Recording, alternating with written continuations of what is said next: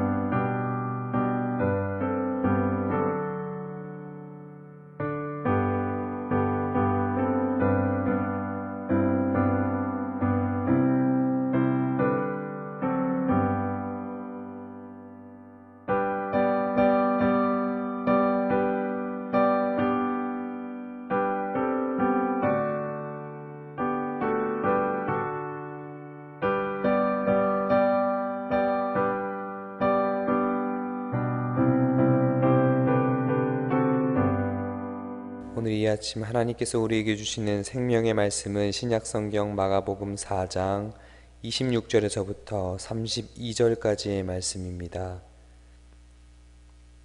또 이르시되 하나님의 나라는 사람이 씨를 땅에 뿌림과 같으니 그가 밤낮 자고 깨고 하는 중에 씨가 나서 자라되 어떻게 그리 되는지를 알지 못하느니라.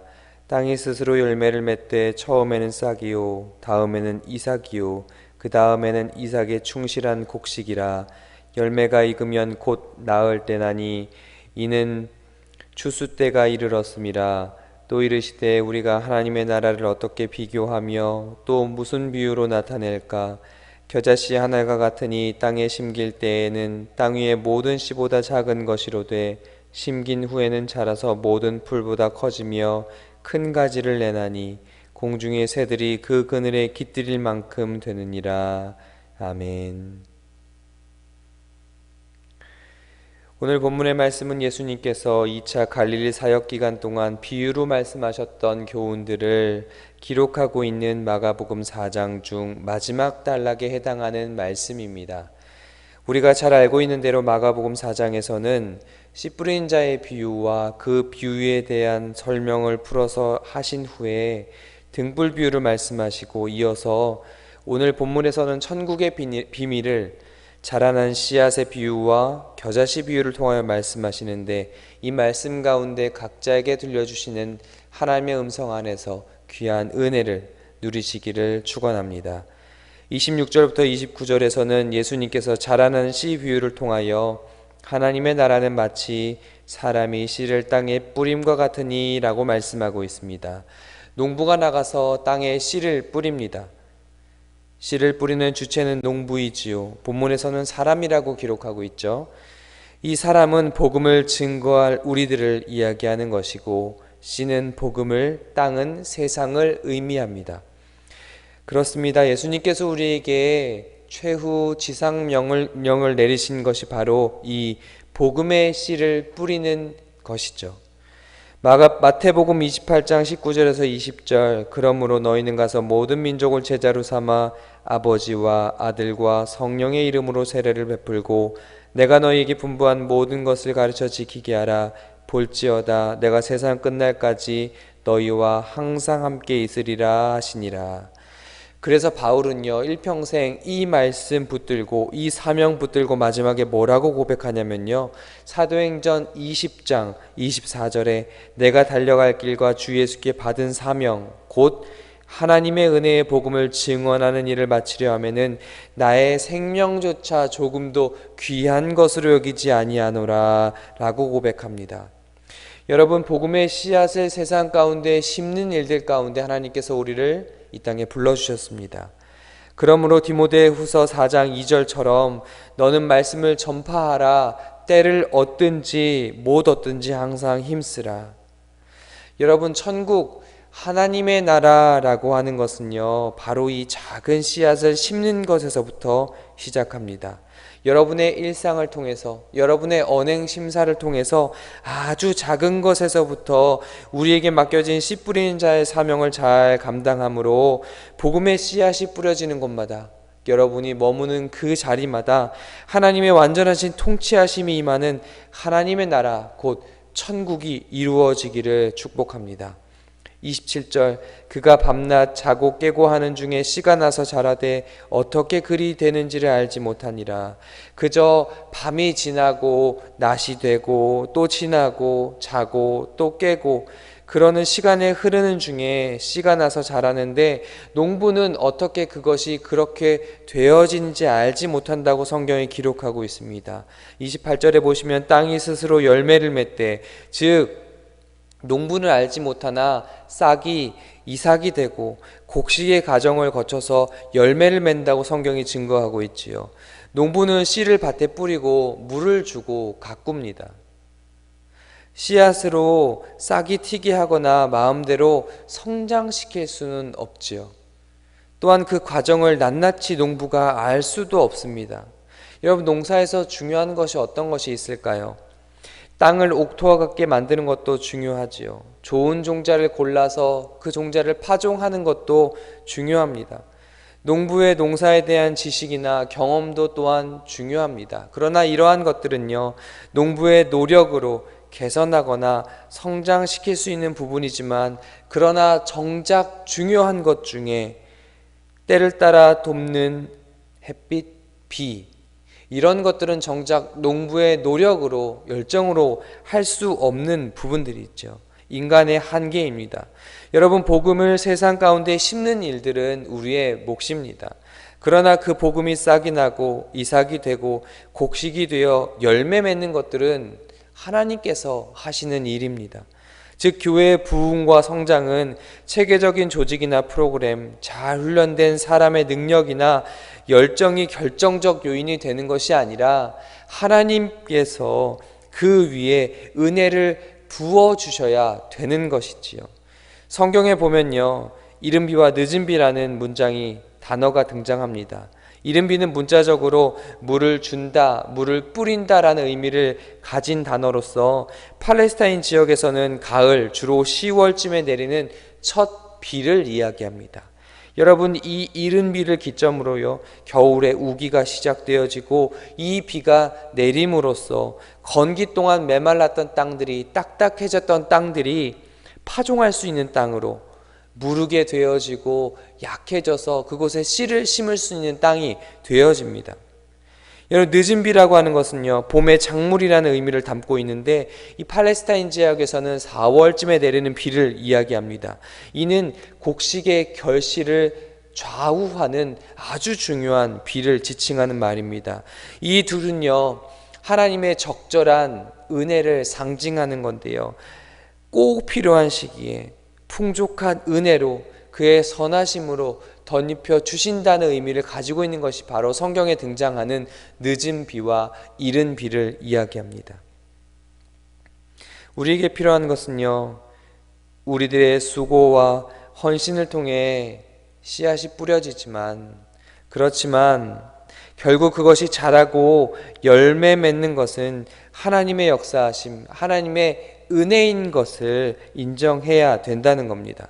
그래서 사도 바울은요, 사도행전 고린도전서 3장 6절과 7절에 뭐라고 고백하냐면요, 나는 심었고 아볼로는 물을 주었을 때 오직 하나님께서 자라게 하셨으니, 그런즉 심는 이나 물을 주는 이는 아무것도 아니로되 오직 자라게 하시는 이는 하나님뿐이니라 라고 고백하게 됩니다. 경험이 풍부하고 또 유능한 농부가 최선을 다했음에도 불구하고 흉작이 되는 때가 있는 것처럼, 우리의 수고와 열심, 헌신이 필요하지만 그것이 열매 맺는 일은 우리가 임의대로 어떻게 할 수 있는 부분이 아니기에 씨앗을 뿌린 후에 하나님께 모든 것을 맡기고 겸손히 하나님의 도우심을 구해야 하는 것이죠. 구약 성경에 보면 요나라는 사람이 등장합니다. 하나님께서 니느웨로 보내신 농부이죠. 그런데 그가 니느웨로 가기를 싫어합니다. 물고기 배 속에 들어가 겨우겨우 순종하는 자리에 놓여지지만, 요나서 3장에 보시면 걸어서 사흘길이나 되는 그 큰 성읍 니느웨를 요나는 단 하루 만에 걷게 되지요. 그리고 4장에 보시면 요나는 그 씨 뿌리는 사명을 받았음에도, 그 씨 뿌리는 일을 하면서도 그 사명을 감당함에도 매우 싫어하고 성내고 있지만 얼마나 대충했겠어요. 그런데 그렇게 매우 싫어하고 성내며 건성건성 씨를 뿌렸지만 하나님께서 그곳에 은혜 베푸셔서 그곳에서 역사가 일어나게 됐죠. 하나님의 나라 천국이 이루어지는 일은 이와 같습니다. 우리가 기대하고 짐작하는 일들이 아니죠. 그저 우리는 맡겨진 사명대로 씨앗을 뿌리면 하나님의 전적인 은혜 가운데 뿌린 씨앗이 스스로 자라나 싹이 나고 이삭을 맺으며 곡식이 되어짐과 같습니다. 때로는 뿌린 씨앗이 겨자씨와 같이 아주 작은, 초라하여 보잘것없이 보이더라도 자라나면 모든 풀보다 커서 공중의 새까지도 그 그늘에 깃들일 정도가 되어진다라고 오늘 성경에는 증거하고 있습니다. 시작은 미약해 보이지만 하나님의 역사는 그러한 작은 것에서부터 시작합니다. 작고 미미하여 보잘것없이 보여도 그 일을 행하시는 주체가 하나님이시라면 반드시 그 가운데 위대한 역사가 일어날 줄로 믿고 소망을 품으시기를 바랍니다. 오늘 하루 맡겨진 삶의 자리 가운데 맡겨진 농부의 역할, 복음의 씨앗을 심는 사명 붙들고 하나님의 나라, 천국을 소망하는 하루가 되어지기를 바랍니다. 우리들의 시작은 미약할지라도 하나님의 은혜로 우리들이 수고하고 애쓴 사명의 자리에 씨앗들이 싹이 나고 이삭이 맺어지고 곡식이 되어 열매 맺을 줄로 믿습니다. 여러분들이 머무는 곳마다 하나님의 나라, 천국을 이뤄가는 귀하고 복된 한날, 믿음의 여정, 특별히 풍성한 하나님의 은혜가 풍성한 복된 추석 명절이 되어지기를 축원합니다. 함께 기도하겠습니다. 하나님 아버지 감사합니다. 하나님의 특별한 은혜 가운데에 믿음의 자리로 우리들을 불러주시고 진리의 길, 생명의 그 가운데 초대하여 주시니 감사합니다. 우리에게 주신 복음 전달자, 씨 뿌리는 자의 사명 붙잡고 믿음의 여정을 걸어 나갈 때에 우리의 생각을 넘어서 일하시는 하나님의 신비, 하나님의 은혜를 통하여 싹이 나고 열매 맺는 하나님의 은혜를 삶의 자리에서 경험하는 귀한 한날 되어지게 하여 주시옵소서.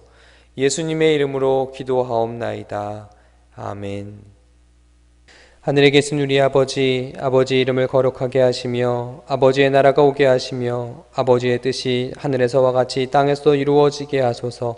오늘 우리에게 일용할 양식을 주시고 우리가 우리에게 잘못한 사람을 용서하여 준 것 같이 우리 죄를 용서하여 주시고 우리를 시험에 빠지지 않게 하시고 악에서 구하소서. 나라와 권능과 영광이 영원히 아버지의 것입니다. 아멘.